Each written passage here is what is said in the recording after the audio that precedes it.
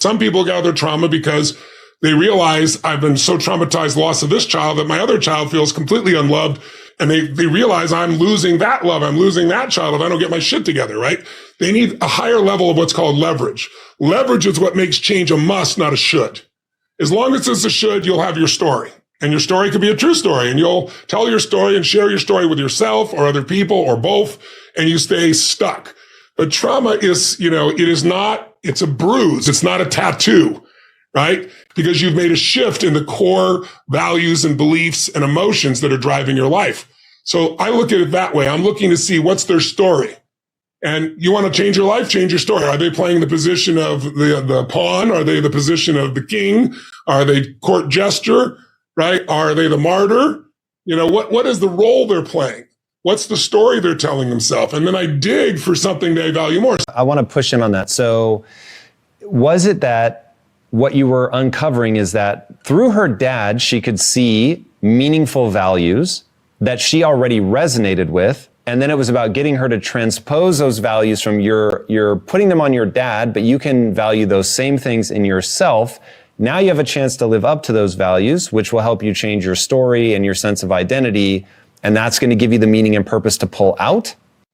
That's the intellectual description of it. The emotional description of it, and which would not have moved her. That's the mechanics. What moved her is, I can't let my father down. He did let his father down the worst time. I can't let my father down. That's what I took her to.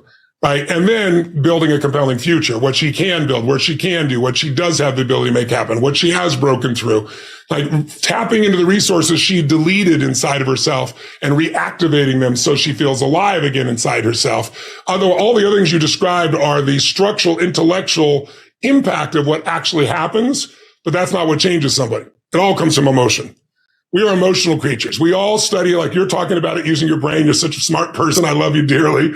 And you analyze it all, but your effing brain isn't going to do shit. What's going to do it is enough emotion. Well, either like, if you're not happy, you either have to change your life or change your blueprint, your expectations.